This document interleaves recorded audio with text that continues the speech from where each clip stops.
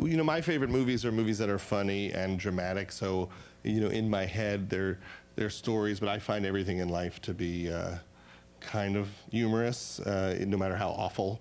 And that's, I love movies like Terms of Endearment and Diner and all of the, the Billy Wilder movies and the Hal Ashby movies. So to me, it would be weird if there weren't jokes. When I see a movie that has no jokes, I always think there's something wrong. It just feels weird. Where are the jokes in, every time I do an example of that, it comes out wrong. Oh, now you got to. It was like, put name of tragic movie here with no jokes. But I do think there should be, jokes in everything. It's so much fun for an actor. I think we all have the most fun getting to work with Judd. In rehearsals, it gets very collaborative, and I try to, discover, the scenes through a process that is sitting with the actors, talking it through, doing another draft, doing another rehearsal. I mean, I'll start that process 6 months before the shoot begins. We usually start out reading what's on the page, and then he makes us feel like we have freedom to experiment. I have what I want to do, but I also have, 20 other little ideas that we came up with that there wasn't room for in the script, but on the day I will shoot them.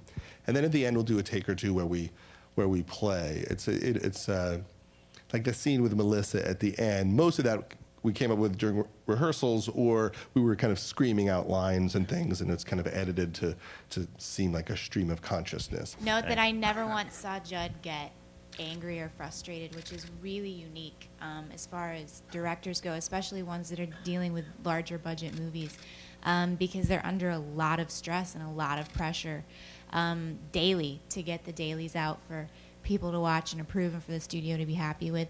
And I never saw him get frustrated, which is great. Do you just take it out on like your kids at home after you go?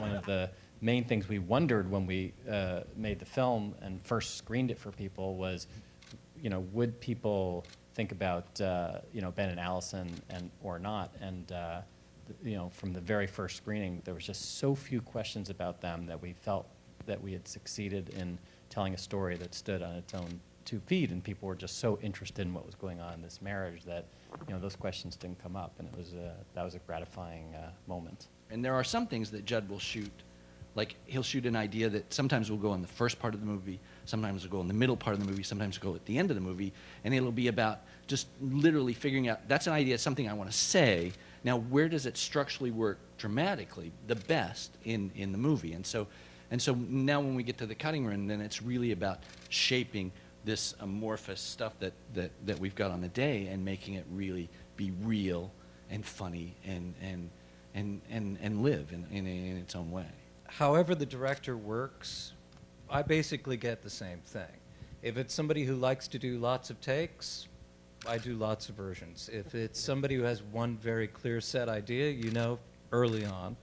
If you work with animators, they want to look at every little clarinet part for a year and move it a millimeter one way or another, just because that's their way of, working, period.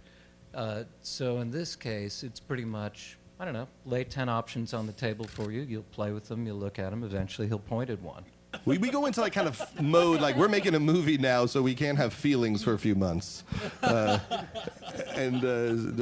bring up that thing that we're mad about because we got to shoot tomorrow, and what if that starts the whole thing? So we kind of switch gears during that period.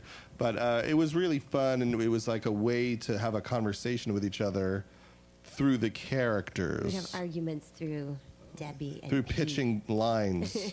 So if I pitch something for Pete, it's usually something I want to say to her. And he's afraid to say. Yeah, so I go, don't you think that maybe we should put something in about how Debbie's being controlling at this time? And then she'll say, but maybe Pete should admit he's a dick. And then we're having this like 2-year coded debate. It's a tryout. Yeah. It sounds very healthy, though. It's a rehearsal. We learn nothing from it. That's the weird part. We learn nothing from it. We did it.